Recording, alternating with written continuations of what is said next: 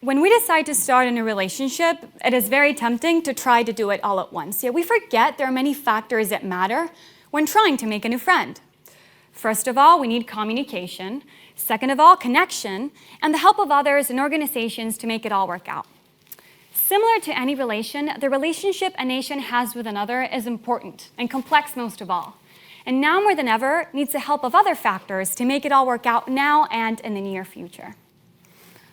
Alone, we can do so little, but together we can do so much, said Helen Keller. A quote that surpassed the meaning of time and is still powerful today, explaining the importance of teamwork and the significance of it all when working together. And even though she was not the first writer that came to mind, when investigating about this topic, I've really gotten to know her as a creative thinker, who made me realize about the importance of relationships in politics themselves. But what is a relationship exactly? According to Oxford, it's a way in which we relate with each other. A simple answer, yes. But why make it simple if we can make it interesting? Similar to any relation, the relationship a nation has with another has to be professional and healthy. And according to Columbia Health, people in healthy relationships put respect above all. And what I like about them is that I can see them everywhere. Yet we tend to forget relationships between nations themselves. And I don't want to sound like a broken record, but it's very important to give light in an event all of us have experienced, the COVID-19 pandemic. Did you know that the last big pandemic took about 4 years for it to be over? And yet we were done in 2. Now, is it because we have faster technology? Yes.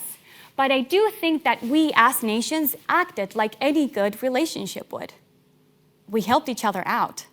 From masks to vaccine making, we were there for each other.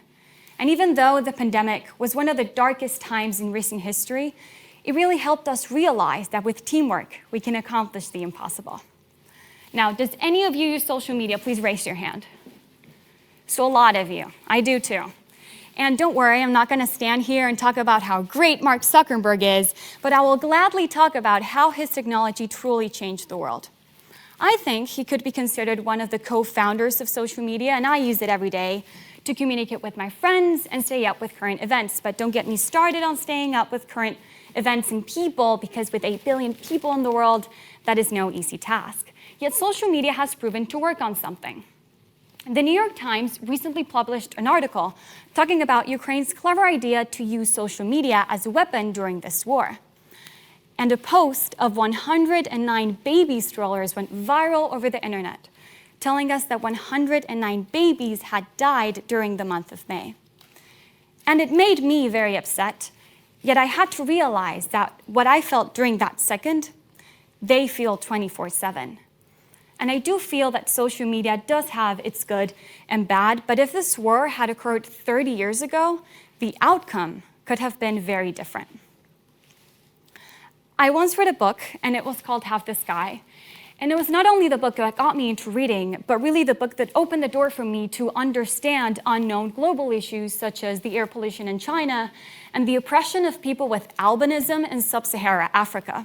And the way I discovered this last topic was quite unique, as it was selected for me to debate in an open debate inspired by the UN itself. And we all know that the UN talks a lot about women and education, but more recently, it has focused on talking about unknown global issues such as the LGBTQ+ community. And not only the UN, but other organizations such as ICPAT and other the same Sun have given something to these communities they could only dream of years ago. They gave them light. They gained power as a result, and we as people and nations gained something even greater, an alliance. An understanding with no political color, just people coming together to fight for the rights of these minorities. But thankfully, we can do something about it.